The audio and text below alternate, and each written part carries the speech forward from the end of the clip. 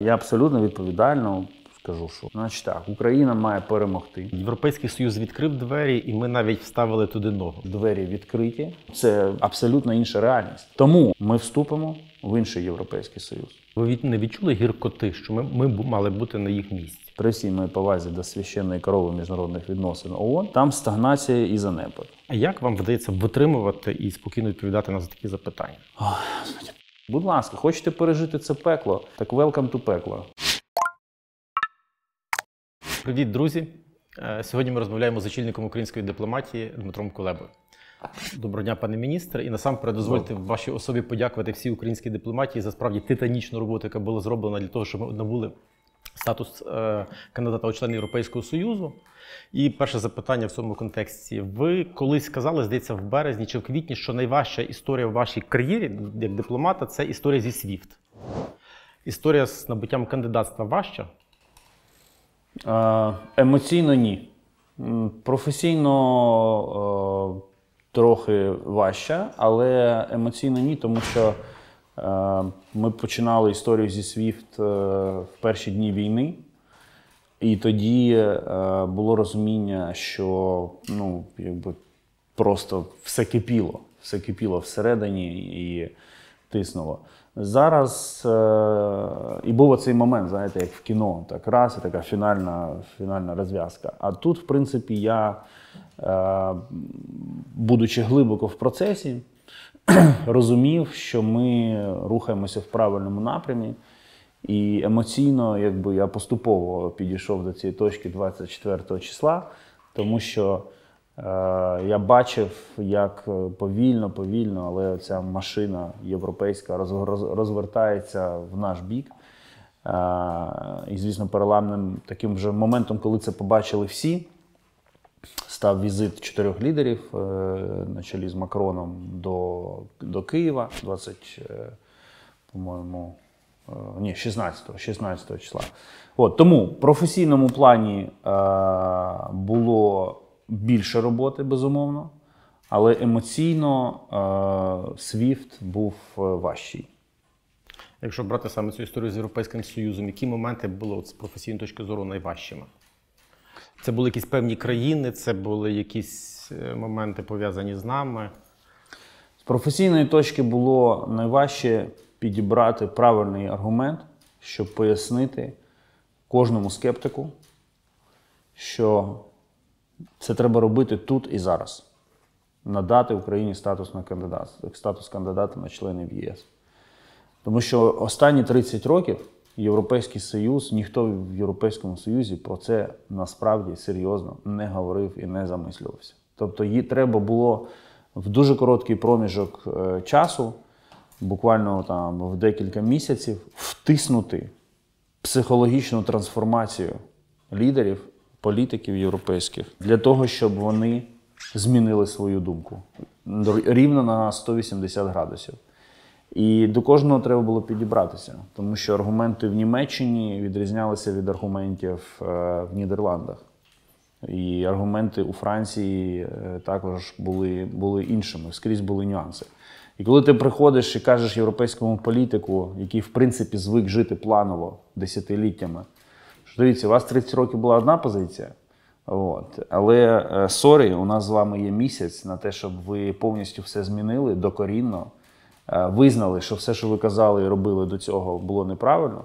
От ви уявляєте, як себе почувають зараз лідери країн, які говорили з Зеленським або приїжджали в Київ за останні 3 місяці і казали: слухай, реально ми за тебе, але кандидатства, його не буде. Давай придумаємо якийсь напівстатус, давай придумаємо якусь таку комбінашечку. Президент їм завжди казав: народ, ніякого не треба нам напівстатусу, нам не потрібні ніякі проміжні функції, нам потрібен статус кандидата на членство в ЄС. І от всі ці люди їздили абсолютно серйозно, дружньо, переконували, а потім, як зайчики, 27 числа проголосували за статус кандидата України на членство в ЄС.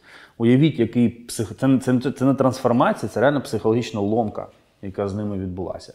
І от підвести їх до цієї психологічної ломки, переламу до цього психологічного переламу, це було найважчим завданням. Я так розумію, що ви не скажете, кого було найважче ламати. До речі, ті, хто найбільші скептики, ніколи не пропонували нам напіврішень. Тому я точно не скажу вам, хто пропонував ці напіврішення, бо це були прихильні до нас більш-менш країни, які просто казали по-дружньому, ну дивіться, ну не буде. Да, бо там от є скептики, ви їхню думку не зміните. Тому я можу абсолютно спокійно сказати, хто належав до табору скептиків, але їх якраз не доводилось в цьому плані переламувати, тому що вони були проти. Вони вважали, що Україні треба щось дати, але не пов'язане з конкретною обіцянкою, юридично зафіксованою обіцянкою членства в Європейському Союзі. Це були Нідерланди, це була Німеччина. Попри відому популярність президента Макрона в українському Фейсбуці, я маю сказати, що він зіграв дуже важливу роль в тому, щоб, як не дивно, для когось може це прозвучати, для того, щоб знайти правильний підхід і правильну мову в спілкуванні з канцлером Німеччини. Дуже важливу роль зіграв прем'єр-міністр Італії Маріо Драгі. Я нагадаю, що місяць тому, вийшовши з засідання Європейської ради, Драгі дав коментар, що він був єдиним лідером великої європейської держави, яка прямо підтримала статус кандидата для України. Тоді це так в новинах булькнуло і зникло, але це правда насправді. Тобто була Європейська рада, всі сиділи і мовчали. І Драгі взяв на себе відповідальність і сказав: я підтримую, я за. Тобто він хотів показати, що підтримка кандидатства – це не лише історія там, наших традиційних найкращих друзів, поляків, балтійців, інших країн, а що є велика країна, яку традиційно вважали там, такою більш схильною до Росії, яка ухвалила для себе стратегічне рішення. І ось роль цих людей насправді не можна применшити. Так само, як останні бастіони, да, які підняли український прапор, були Берлін і Гаага. Але я хочу подякувати лідерам цих країн, тому що це були їхні особисті, їхні політичні рішення. Я спілкувався багато з рівнем міністрів в цих країнах. І без політичної волі зробити оцей поворот на 180 градусів, урядова експертиза, вона б цього не зробила сама по собі. У висновках саміту лідерів ЄС сказано, що перспектива розширення Європейського Союзу буде залежати не лише від виконання кандидатами цих критеріїв, а й від здатності самого Європейського Союзу розширюватися. Це така лазівка, щоб мати на всяк випадок... Ні. Дивіться, що відбулося 24 числа? Було визнано вперше за 30 років української незалежності офіційно Європейським Союзом, що ми будемо членом Європейського Союзу. Тепер це просто це історичний перелам. Це велика честь для нас всіх бути частиною цього покоління, яке доклалося до отримання цього результату. Але прискіпливий знавець міжнародних відносин, звісно, скаже: ну, Раут, так в Бухаресті в 2008 році вам теж сказали, що ви будете членом НАТО. І що? І нуль. І нічого з того часу не відбулося. Що я бачу? Я бачу, як вже на рівні Європейської комісії розгортаються механізми по роботі з Україною, як з майбутнім членом Європейського Союзу. На рівні Європейської комісії вже починають рефлексувати, а потім це перейде в офіційну таку аналітику, вже на папері, з усіма там шапками і підписами, який вплив матиме вступ України на європейські політики. Тобто, починаючи від умовно, скільки їм треба депутатів в Європарламенті, до того, яким буде вплив українського сільського господарства на загальну європейську сільськогосподарську політику. Друге, що я бачу реально, як відкриваються двері в Європейському Союзі з включення нас у внутрішній ринок.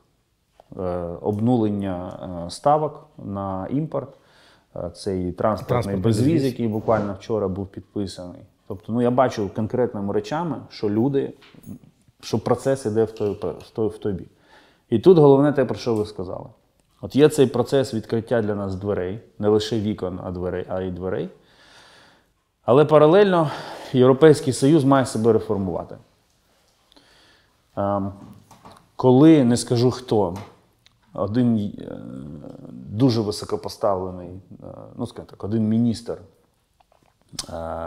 закордонних справ дуже впливової європейської країни сказав мені: ти знаєш, я, каже, вперше зараз, от, спілкуючись з тобою, усвідомив, що ми будемо приймати величезну державу. Це тобі не Західні Балкани прийняти. Це навіть не ЦентральнаЄвропа, при всій моїй повазі. Це рівень Польщі приблизно.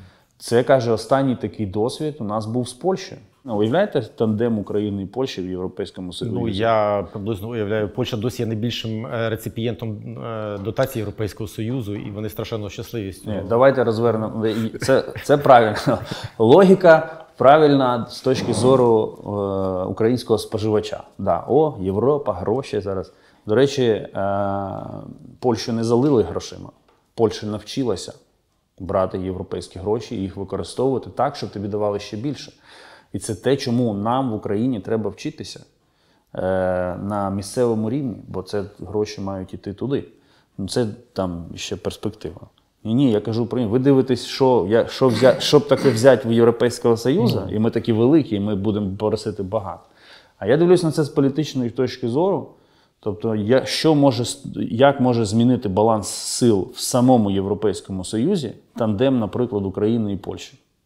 Ну, це абсолютно інша реальність. От. Тому Європейський Союз однозначно буде реформуватися. Ми вступимо в інший Європейський Союз. Але наразі я не бачу жодних індикаторів, які б свідчили про те, що тема реформи Європейського Союзу використовується для уповільнення європейської інтеграції. Набуття, вже треба, до речі, відмовлятися від цього терміну європейська інтеграція. Треба переходити до терміну набуття Україною членства в Європейському Союзі.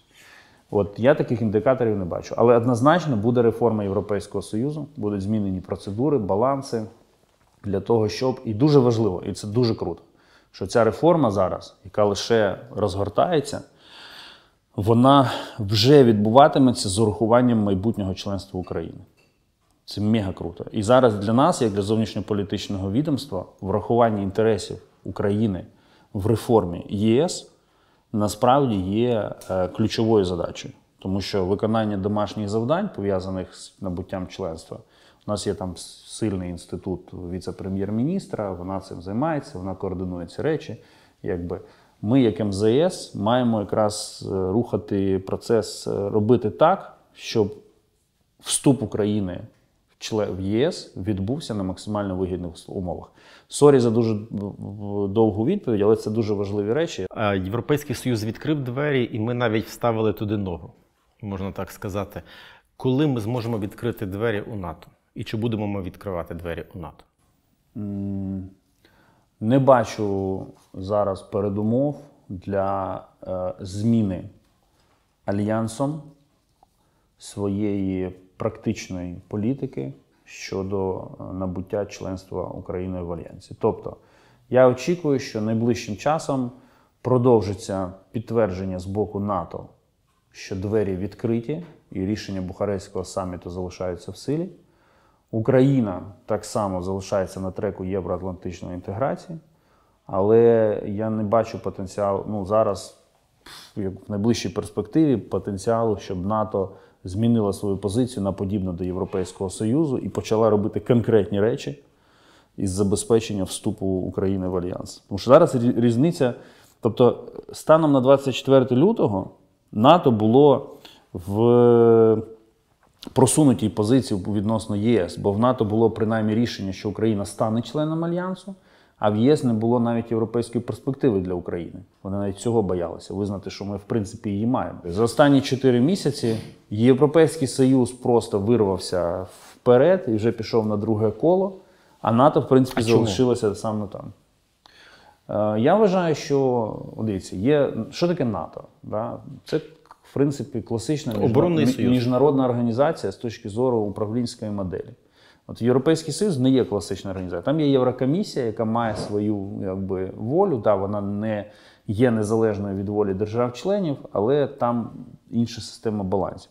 Тут є класична історія. Генсек, якого я дуже поважаю, який є дуже крутим лідером, який є дуже прихильним до України, і я йому вдячний за те, що він зробив як генеральний секретар НАТО в межах своїх можливостей. Я ж знаю, відповідально кажу те, що я кажу. Є НАТО як об'єднання країн і їхні спільні зусилля усіх. Це рішення консенсусом треба ухвалити. Так от, в цьому єдиному колі було, на мою думку, ухвалене неформальне рішення про те, що з метою того, щоб Росія не використовувала аргумент про те, що вони воюють з НАТО, Альянс буде на другорядних ролях як єдність, як ціле. Там зараз вони вхвалили новий, переформатували старий в новий пакет допомоги, там щось відбуватиметься. Але стратегічно, мені здається, було ухвалено рішення, що НАТО не буде на передових ролях в підтримці України практично.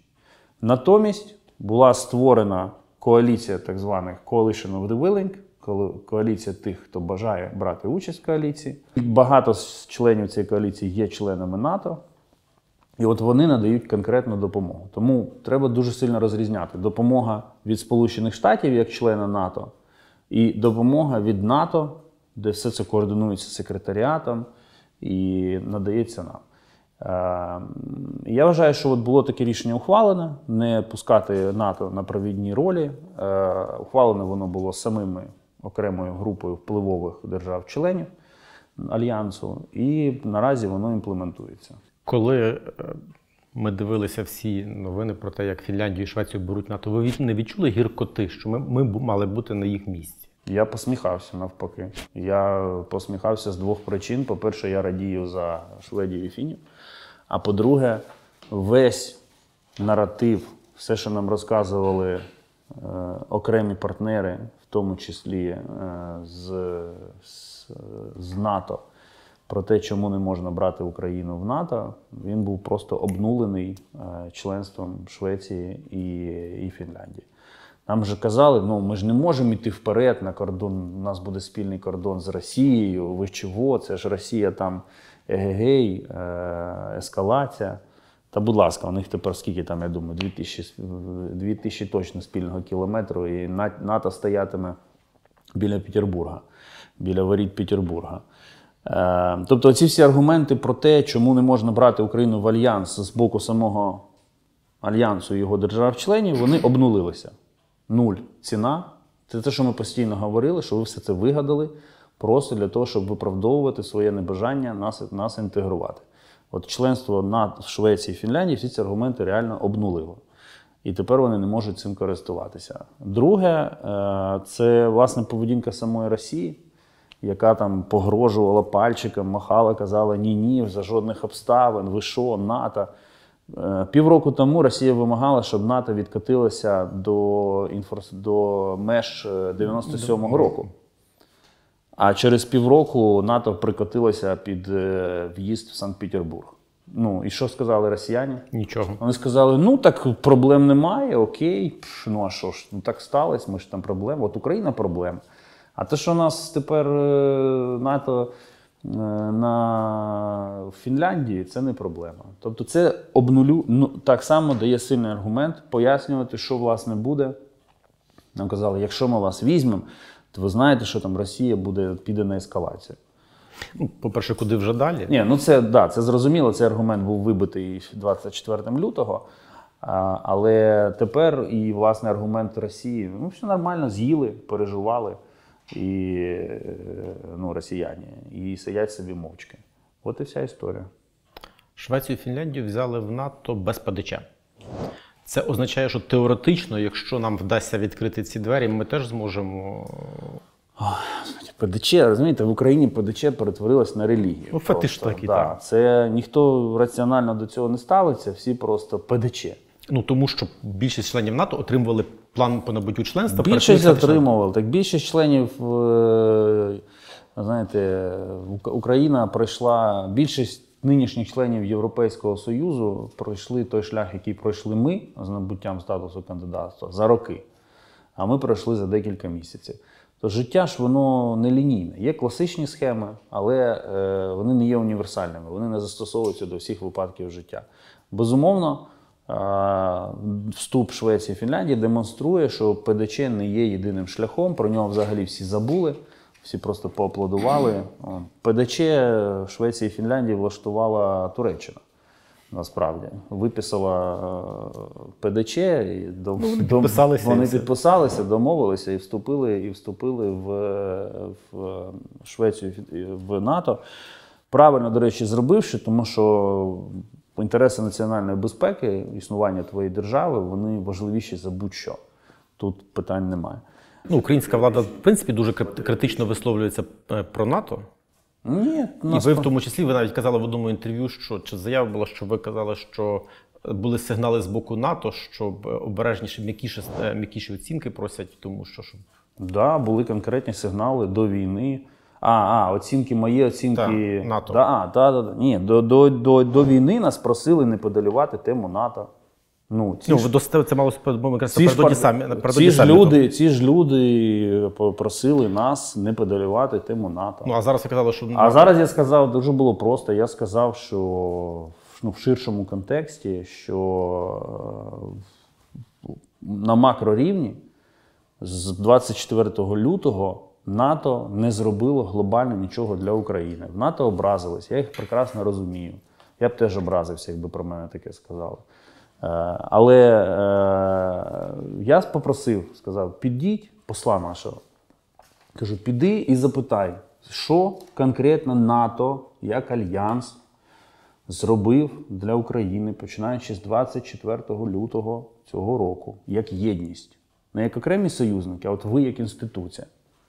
Велике. Це ж просто об'єднання членів. У НАТО як міжнародна організація немає складів зі зброєю.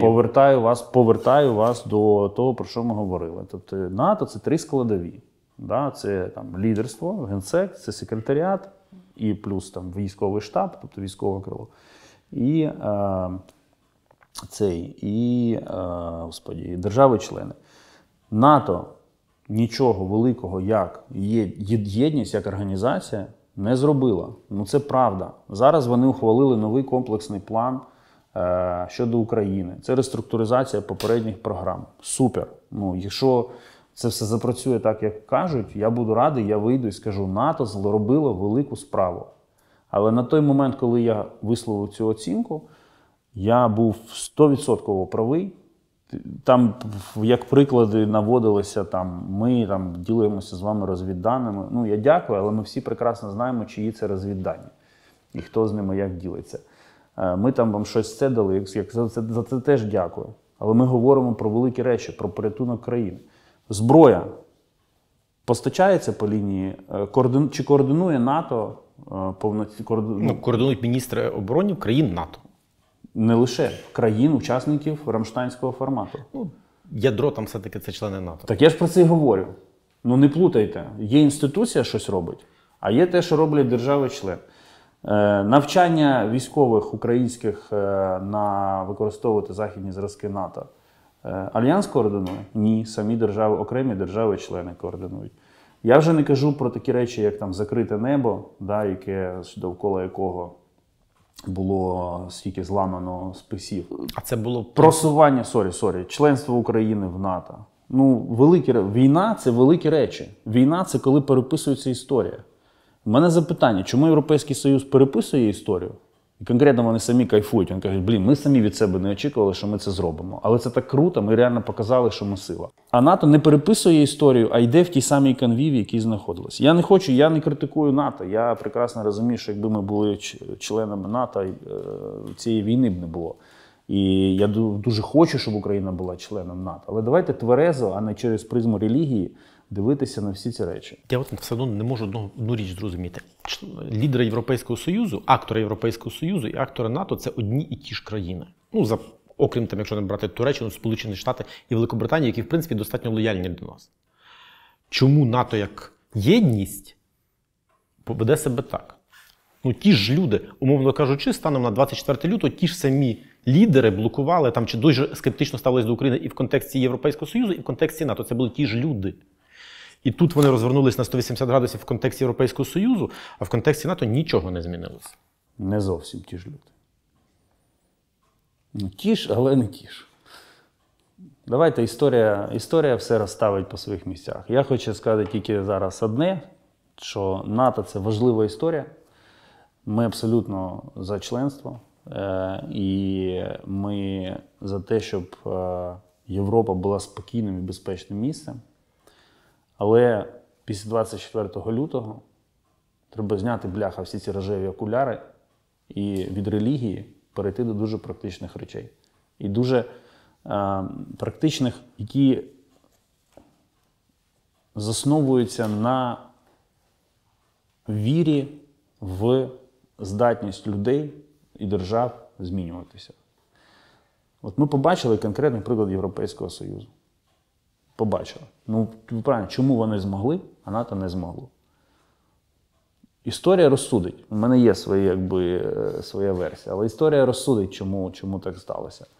Зрештою, об'єднанню повній інтеграції України в Захід немає більше альтернатив. А Захід – це, зокрема, і Північно-Атлантичний альянс. Тепер це питання до них. Ви нам все розказували одне, тепер Швеція, Фінляндія вступили. Я за них щиро реально радий. Тепер цікаво послухати, як ви тепер будете обґрунтовувати, чому Україну не можна брати. Україна в якийсь момент придумала собі таку певну альтернативу НАТО. Це безпекові гарантії. Це не альтернатива. Це заповнення вакууму між зараз і моментом, коли Україна стане учасником механізму колективної безпеки. Це не є альтернатива. Альтернативи немає. Це так не сприймає ні президент, ні Андрій Єрмак, який курує, займається безпосередньо цією темою. Ми сидимо, у нас війна, ми розуміємо, що в НАТО нас завтра і післязавтра не візьмуть. Так що нам треба робити? Сидіти, казати, нічого, будемо сидіти і чекати, поки НАТО нас забере. І так з'являється тема гарантій. Давайте тоді розробимо хоч якісь, якщо це не стаття 5, коли за нас всі будуть воювати, то тоді давайте розробимо хоч якісь гарантії безпеки для України. Який резон країнам, потенційним гарантам давати ці гарантії? Тому що 5 стаття – це зрозуміло. Я захищаю тебе, ти захищаєш мене. Ми разом захищаємося. А коли, як, наприклад, лідерам умовних гарантій пояснити навіть своїм суспільством, ми даємо безпекові гарантії України, в разі чогось ми підемо за неї воювати. Для чого їм це? Тому що якщо Україна завалиться, то розгрібати ці всі проблеми, яких стане набагато більше, ви. Це така дуже гіпотетична історія. Ні, абсолютно. А чому? Тоді так само запитання, а чому нам надають зброю, чому застосовують санкції, чому витрачають мільярди на підтримку нашої економіки? Це ж є теж де-факто гарантії безпеки України, бо без всього цього ми б з вами вже були в зовсім іншій ситуації. Це більше схоже на союзницькі стосунки, і вони більш чесні, і вони правильні. Тому що коли ми просто покажемо, ви ж бачили реакцію Шольца, коли його запитали на J7, здається, про безпекові гарантії для України, він просто розсміявся. Können Sie konkretisieren, welche Sicherheitsgarantien das sind? Ja. Könnte ich.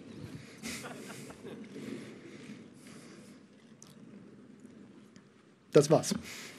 Перед тим була інтерв'ю Нуланд «Українській правді» колегам, де вона сказала прямо, що ми не готові давати безпекові гарантії, ми готові давати безпекові запевнення. Ми знаємо, що таке безпекові... Ми вже їх отримували. Да, ми вже отримали безпекові запевнення в Будапештському меморандумі. Не виглядає, що для них ця тема, що вони на це дивляться так само, як ми. Давайте повернемось тоді до початку.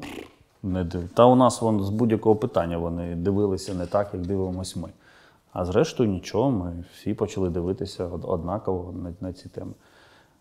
Про все Знаєте, я звик працювати в умовах, коли тобі кажуть, це неможливо, цього не буде. А президент, він навіть там, де я вважаю, що от є ситуації, коли я теж вважаю, що це неможливо. А президент вважає, що це можливо. І потім я йду працювати, виконувати його вказівки, і життя показує, що він був правий. Тому моя планка неможливого завдяки йому дуже сильно підвищилася. І коли зараз нам розказують, гарантії безпеки, то це неможливо, я вам кажу, що все можливо. Абсолютно все можливо. Питання дуже просте. Ми за рахунок гарантій безпеки намагаємося вирішити ті практичні проблеми, з якими ми стикаємося вже зараз, ведучи війну з Росією. Наприклад, якби у нас до війни ще було не НАТО, а в ідеалі було б НАТО, але НАТО не було. Була гарантія, чітко прописана, що у разі повномасштабного наступу на Росію, на Україну, протягом місяця Україні будуть поставлені, чи тижня, я не знаю, там, 1, 2, 3, 4, 5. Це гарантія? Гарантія по зброї. Якби ми знали, що протягом такого часу були застосовані такі-то санкції, що у разі збільшення активності, це є ж військові індикатори, там, військово-повітряних сил Російської Федерації, небо над Україною буде закрите такою-то коаліцією країн ще до того, як російські літаки полетять в повітряний простір. Всього цього не було, тому що ніде це не було так ніхто цього чітко не зафіксовано. Хто Я вас запевняю, що хто з доброї волі, закриття неба передбачає участь у бойових діях, тому що треба збивати якщо літаки. ти це робиш, коли в твоєму повітряному просторі вже літають російські бомбардувальники і винищувачі. А якби це було зроблено до того, якби не Росія закрила небо над Україною, а якби коаліція держав його закрила, то Росія в це небо просто не влітала б. І ми б з вами зараз від ракет через тривогу але ми не тікали. фактично хочемо аналогу 5 статті. Ні. Воювати? Ні. Це ж є військова закриття логіка. неба – це і є воювати. Військова логіка – це якщо Росія наважиться. Розумієте, що це був би напад Росії Забагато якщо. на НАТО. Дивіться, Олег, ми з вами 4 місяці назад, якби це робили інтерв'ю, ви б мені так само розказували по кандидатству на членство. Ні. Ви б мені розказували, як Шольц сміється, як Макрон розмовляє з Путіним. У мене є, я розумію скептицизм, ми звикли до цього працювати, працювати в цих умовах. Але є певна задача, і ми всі над нею працюємо. Я залучений, допомагаю Андрію Єрмаку в цій історії, він її курує на рівні, займається нею на рівні радників зовнішньополітичних. І це все реальні речі. Це не про якщо. Це про те, це про те, щоб вирішити дуже конкретні проблеми між сьогоднішнім моментом і моментом, коли Україна стане учасником певного механізму колективної безпеки. Яким він буде? Чи це буде НАТО, чи це буде щось уже створене довкола України? Це вже історія розсудить, тут я навіть не готовий гіпотетизувати. Але я говорю про абсолютно практичні речі. Гіпотетизувати не хочете? Туди просто треба ще дійти. Просто ви і президент, і представники української влади загалом дуже часто говорять про те, і абсолютно логічно, про тотальну кризу безпекових глобальних інститутів, і ООН, і ОБСЄ. І зрозуміло, що Україна хотіла би бачити щось натомість, або якусь трансформацію цих безпекових інституцій. І ми думаємо над тим, що ми би хотіли бачити. Так, безумовно.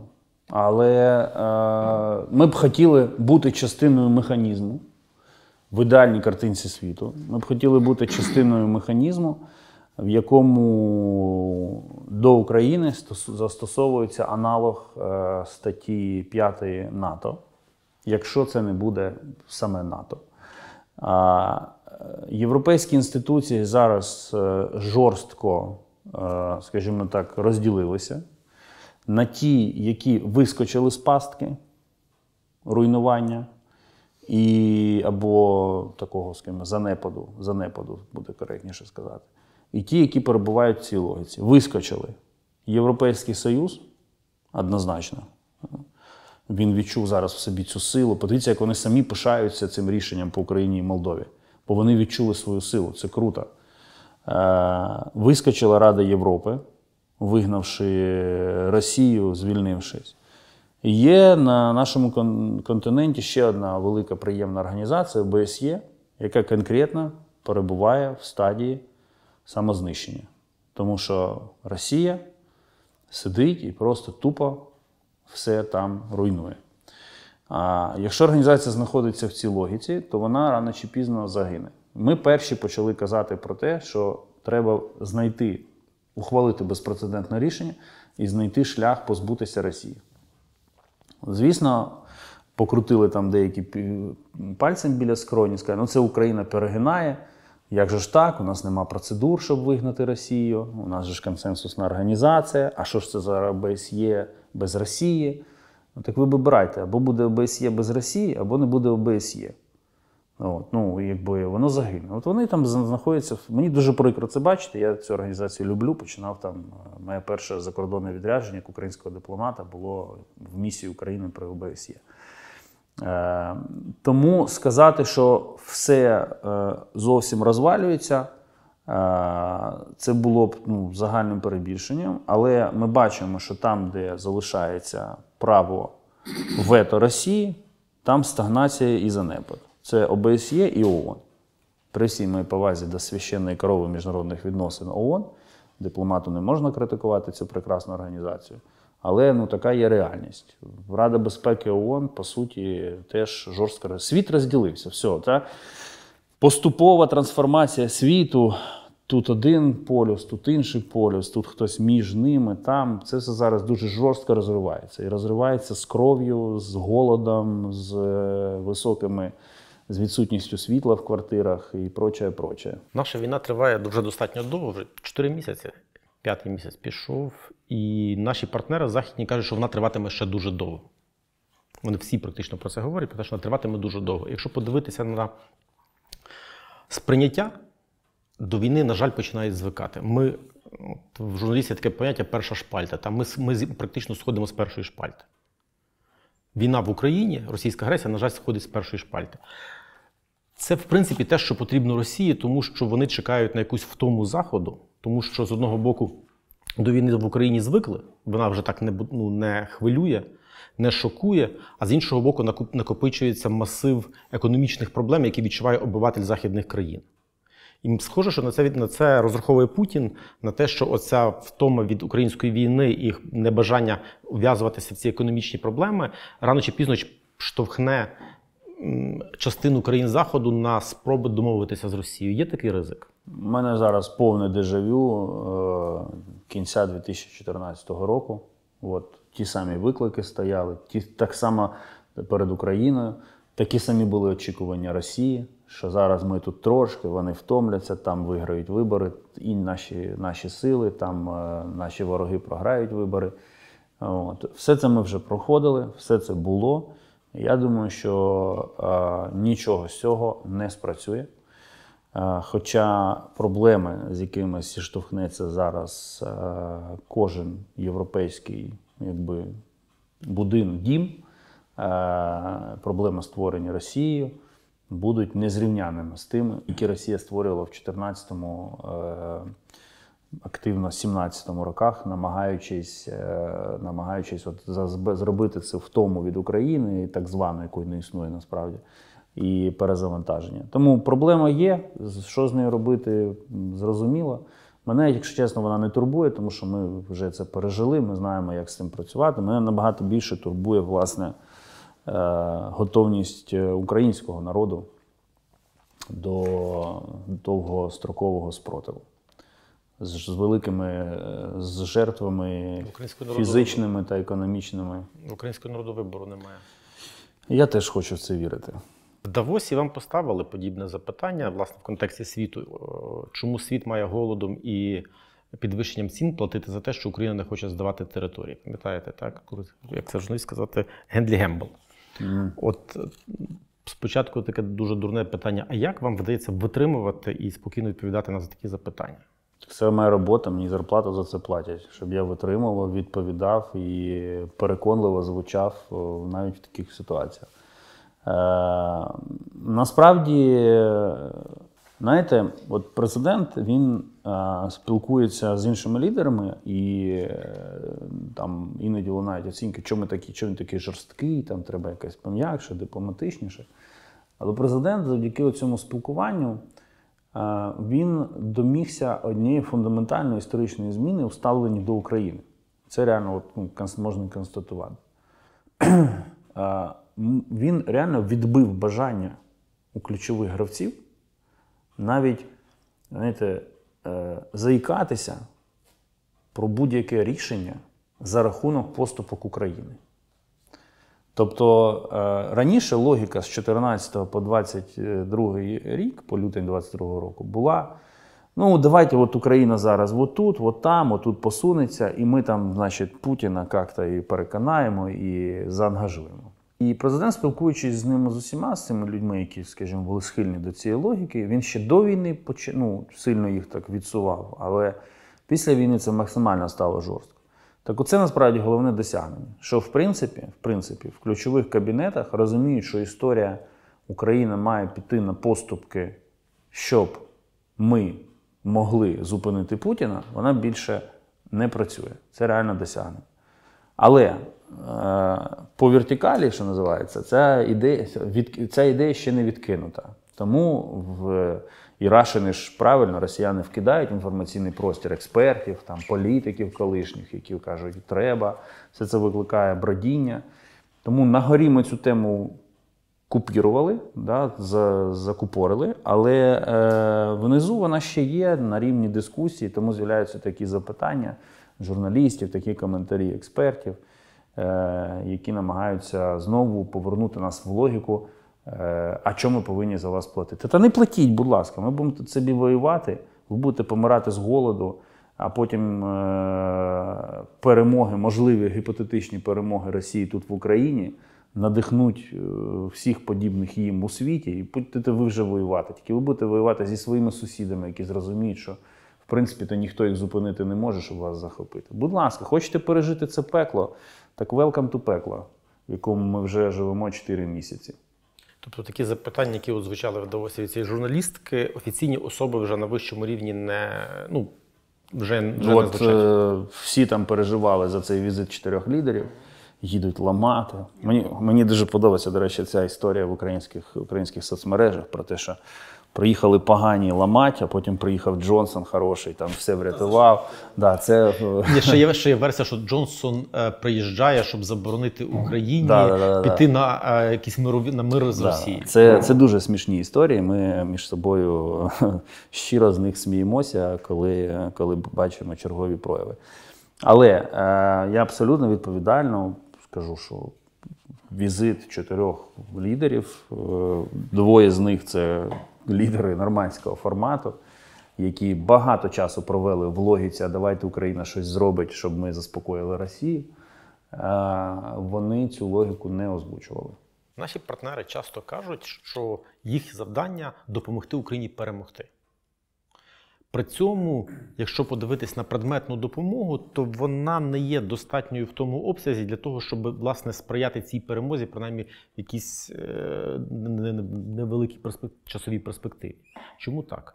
Ні, на жаль, я не можу погодитись. Я не вважаю, що більшість партнерів для себе вже усвідомили, що кінцевою метою цієї війни має бути перемога України у вигляді відновлення її територіальної цілісності. Навіть Олаф Шольц щось подібне говорить. Ні, це вони в динаміці, вони рухаються, але між щось подібне і чітко ми визначили, це 2 різні політики насправді. Якщо ти сидиш у себе в кабінеті і кажеш, значить так, Україна має перемогти.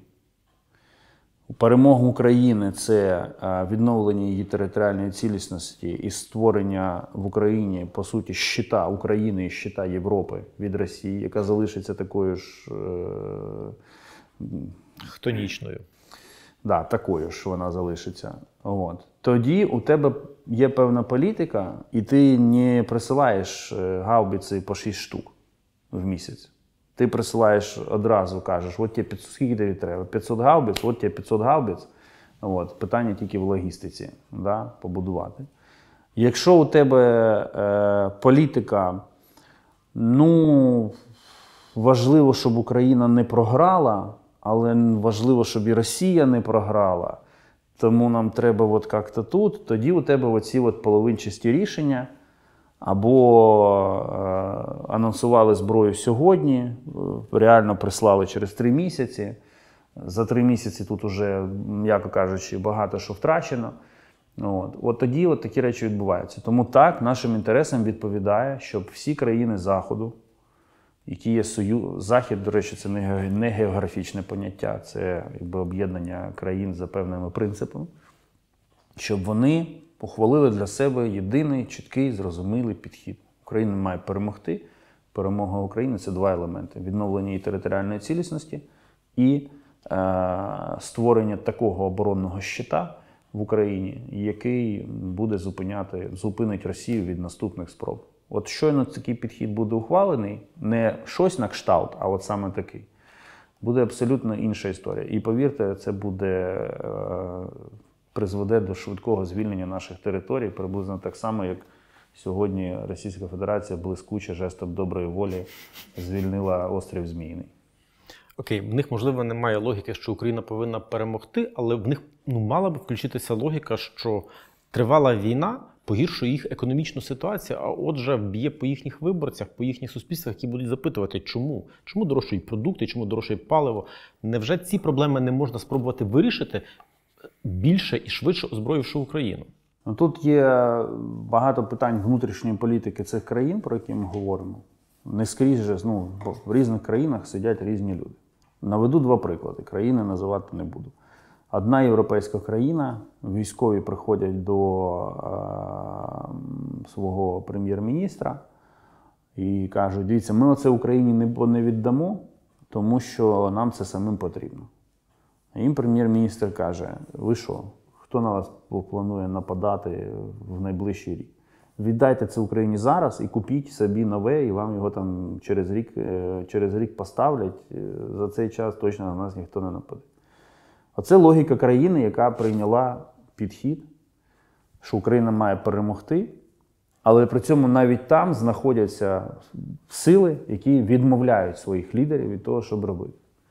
А є інший приклад. Такі самі військові приходять до прем'єр-міністра своєї країни, до голови уряду своєї країни і кажуть, ми це не віддамо, ми самі бідні і нещасні, нам самим це потрібно. І він виходить і публічно каже, я нічого Україні дати не можу, бо у нас нічого нема, і нам це самим потрібно. Різні політики, я ж кажу, от різна призма, через яку ти дивишся. Тому ми працюємо, всі, президент, Єрмак, Шмигаль, Кулеба, всі працюють на те, щоб в столицях була змінена ця логіка і ця філософія. Це займає час, але це залежить від їхньої внутрішньої політики, від балансу сил і від якості лідера, який стоїть на чолі. Той самий Драгі, знову ж таки, згадати. Хто б міг подумати, що Італія стоятиме на передових позиціях в підтримці України реальними конкретними речами. Перебуваючи в Києві, президент Макрон сказав, що є таке неформальне консенсусне рішення країн НАТО не передавати Україні танки і літаки. А чому така логіка? Вони пояснили якось українській владі? Наступальна зброя. Окей, вони передають самохідно-артилерійські установки і ракети з системи залпового вогню ракетні. Невелика різниця. Є офіційне пояснення цього і є неофіційне пояснення цього. Офіційне пояснення полягає в тому, що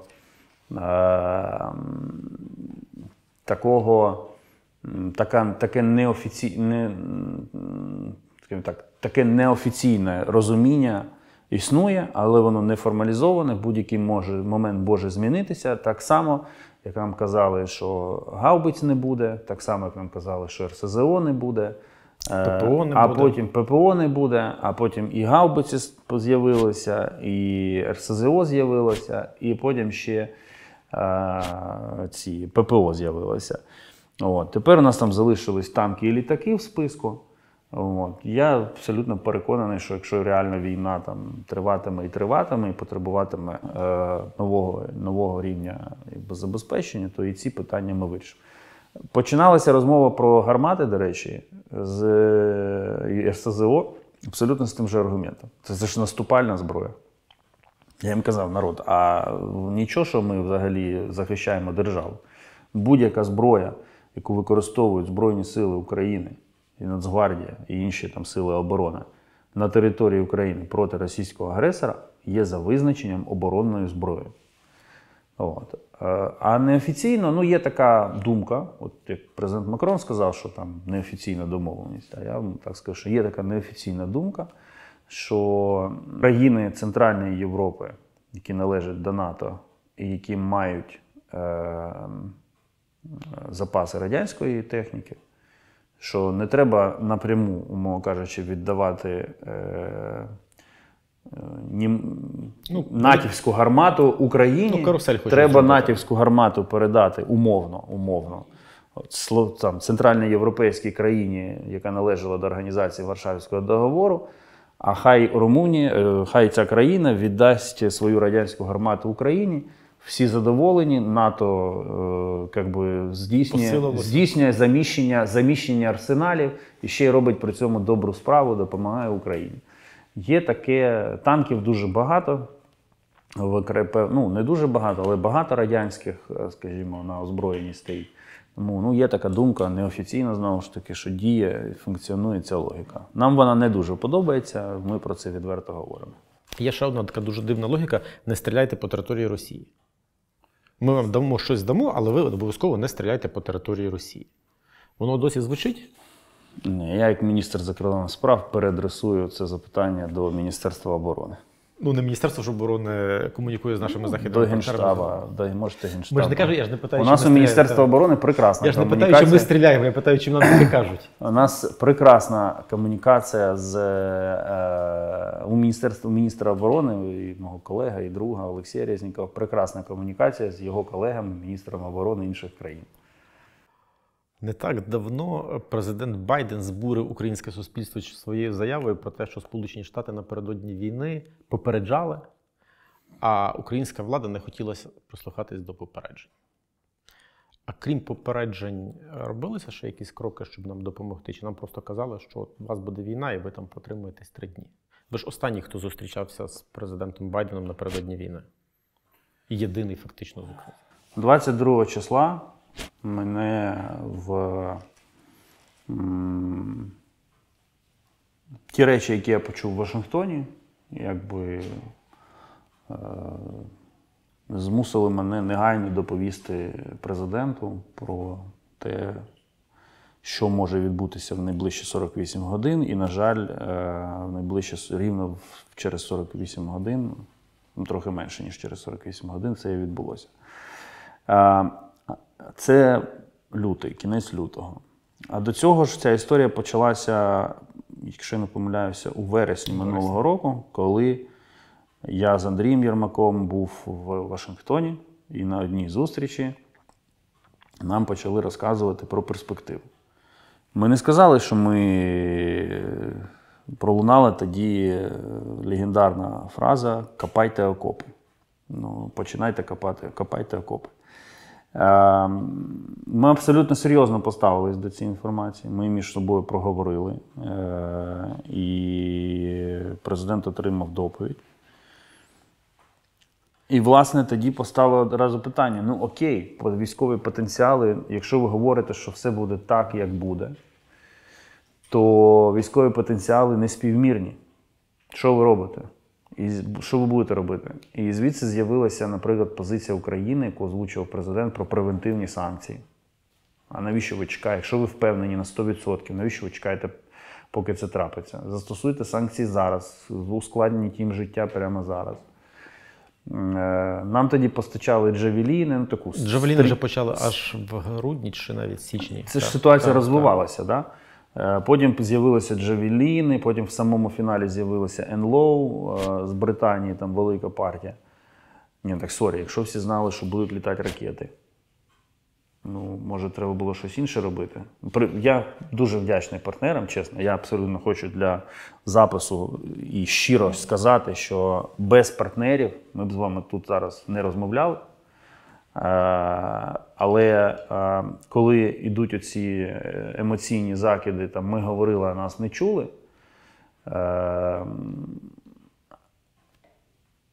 Так давайте повернемось і покроково все це пройдемо. Ну, якщо всі знали, що в Київ будуть літати, Київ будуть бомбити ракетами, а можна було продати, навіть не безкоштовно, продати нам пару систем ПВО. Просто втіхаря, тихенько. І протиракетних систем. Що про залізний купол президент коли почав говорити? Не восени минулого року. І навіть не навесні минулого року. А ще під час першої ескалації, коли Росія тільки збирала ці всі перші свої навчання вздовж Східного кордону. Так якщо з місяць, з дня в день розказували, що ракети полетять в Київ, можна було втіхаря прислати навіть за гроші велику потужну систему ПВО, навіть той самий С-300 з Словаччини. Да, поставити і сказати, пацани, у вас там ракети через пару місяців полетять, так от, щоб поменше ракет упало на київські вулиці, от вам система. Ну, об'єктивно, не було ж цього. Україна так питання ставила. Та підніміть навіть публічні заяви. Ми про це, ми тоді всі, звісно, треба віддати, бути чесним, ми тоді всі набагато гірше розбиралися в зброї. Це зараз я можу жонглювати там калібрами, з технологіями і абревіатурами. А тоді та ситуація була інша. Питання про протиракетну і протиповітряну оборону, воно стояло на порядку денному задовго до осені минулого року. Якщо підняти зараз, я думаю, висловлювання там, того ж самого президента, то там це буде лунати. От, тому це вже все в історії там буде розписано, хто кому як. Але головне зараз не розборками займатися, головне зараз виграти війну. Зараз ми певним чином перебуваємо, не зовсім в меншому масштабі, але теж в такій стадії очікування нападу з півночі. Є Білорусь, є Лукашенко, який після зустрічі з Путіним почав знову бряцати зброєю, проводити маневри своїх військ на кордоні. На вашу думку, наскільки великий безпосередній ризик безпосередньої участі Білорусі в війні на боці Росії? Ну, по-перше, білоруська територія використовується. Білоруської армії. Да. Якщо йдеться про білоруську армію, я думаю, що цей ризик зростатиме пропорційно можливим успіхам російської армії на території України. До тих пір, поки білоруська армія буде чітко розуміти, що Збройні Сили України все ще в силі їм серйозно навалять, вони будуть усіляко відтерміновувати свій захід. Станом на зараз вони це чітко усвідомлюють. У нас є якась дипломатична комунікація з Білоруссю зараз по формальних каналах, по неформальних, через посередників? У нас є посол в Білорусі, у нас є посольство в Білорусі, у нас є посольство в Києві. Це єдині канали спілкування, тобто все дуже сухо офіційно, але якщо там ви думаєте, що там щоденно розривається поштова скринька від комунікації, то це не так. Це дуже-дуже обмежені контакти. Паралельно з самітом Європейського Союзу відбувся саміт глав БРІКС. І, в принципі, оцей напрямок для України є доволі проблемним, тому що і Індія, і Китай нарощують закупівлю в Росії енергоносіїв. Ці країни допомагають певним чином Росії обходити санкції, обходити обмеження, які накладають західні держави. Чи можемо ми, чи наші західні партнери якимось чином на це вплинути? Наш найбільший проблемний напрямок – це Африка. Це не БРІКС, це Африка. І ми зараз, це моя особиста амбіція виконати, моя особиста амбіція, чесно, це виконати, реалізувати бачення президента про відновлення позиції України в Африці. По суті, ми там майже з нуля починаємо, бо все загублено за роки. І навіть нема людей. Нема людей, кого посилати туди працювати. Тому, насправді, це пріоритет номер один як географічний напрям. Чому я не фокусуюсь на БРІКС? Я розумію, що формується поступово картинка така в світі. G7 тут, БРІКС там. І от якби глобальне протистояння.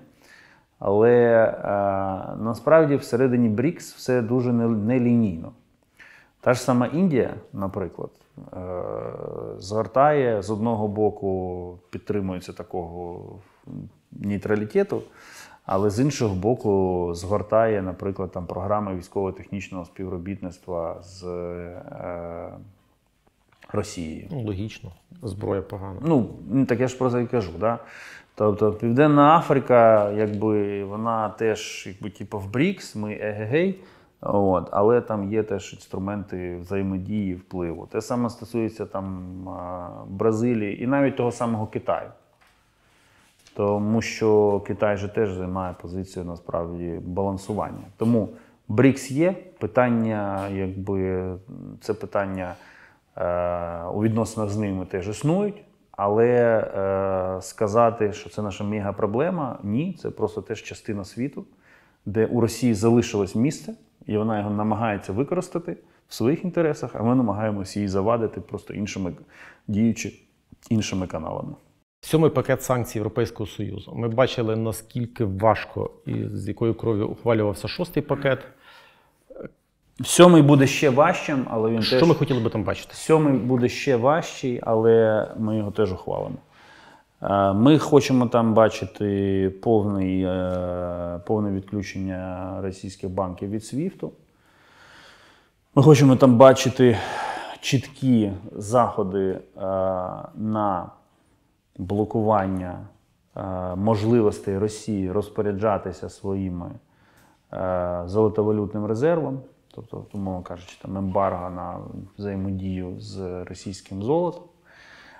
Ми хочемо там бачити відрізання Росії від морської торгівлі, світової морської торгівлі. Тобто це означає насамперед неможливість операторів кораблів надавати свої танкери в розпорядження Російської Федерації. Так склалося, що принаймні за останніми даними, які в мене були, найбільшими операторами,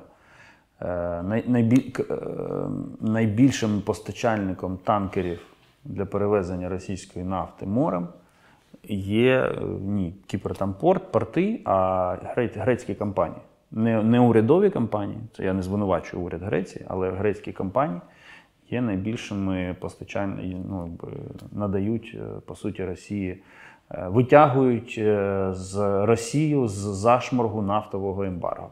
Це факт. Ну і персональні санкції, щоб їм було боляче, їм, їхнім близьким, їхнім коханкам, щоб всім було боляче. На тлі західних санкцій з'являються гавані, де російським грошам і російському капіталу дуже комфортно. Це і країни Затоки, це, на жаль, колись братня чи дружня Грузія, це і Туреччина, на жаль, яка також стала певною такою гаванню для і російського бізнесу, і російських олігархів. Ми можемо якимось чином впливати на ці гавані?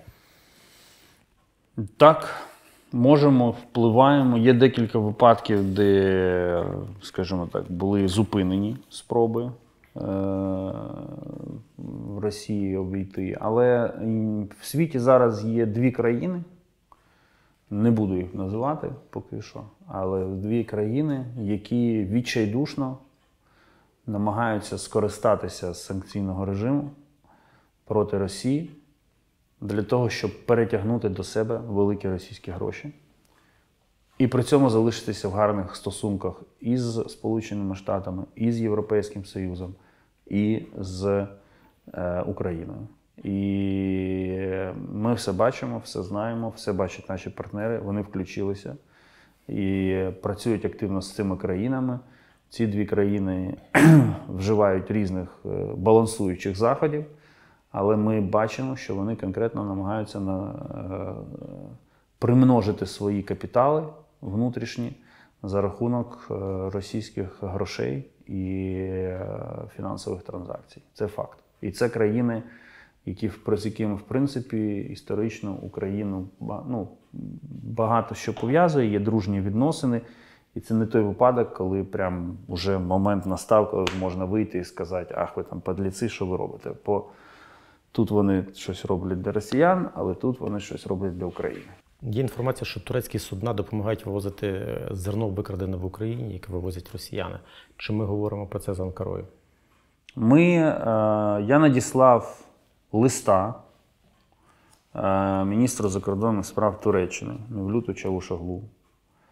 Щоб не на словах там в розмові, а конкретно з назвами, з переліком проблемних питань. У мене з Мевлютом гарні дружні стосунки, це не питання наших там міжособистісних знайомих, але накопичились певні питання. Я цей лист надіслав. Ці питання перебувають зараз на розгляді турецької сторони. Туреччина – це, в принципі, друг, тому ми не переходимо до якихось жорстких дій, чекаємо на відповідь турецької сторони. Останнє запитання. Я традиційно задаю його всім однакове. Якою ви бачите нашу перемогу? От що для вас особисто буде перемогою України у війні? Те саме, що я пропоную партнерам прийняти. Відновлення української територіальної цілісності і створення в Україні щита Європи. Щита, який буде щитом і України, і Європи. Окей, дякую. Дякую, що були з нами. Підписуйтесь на канал, все буде добре.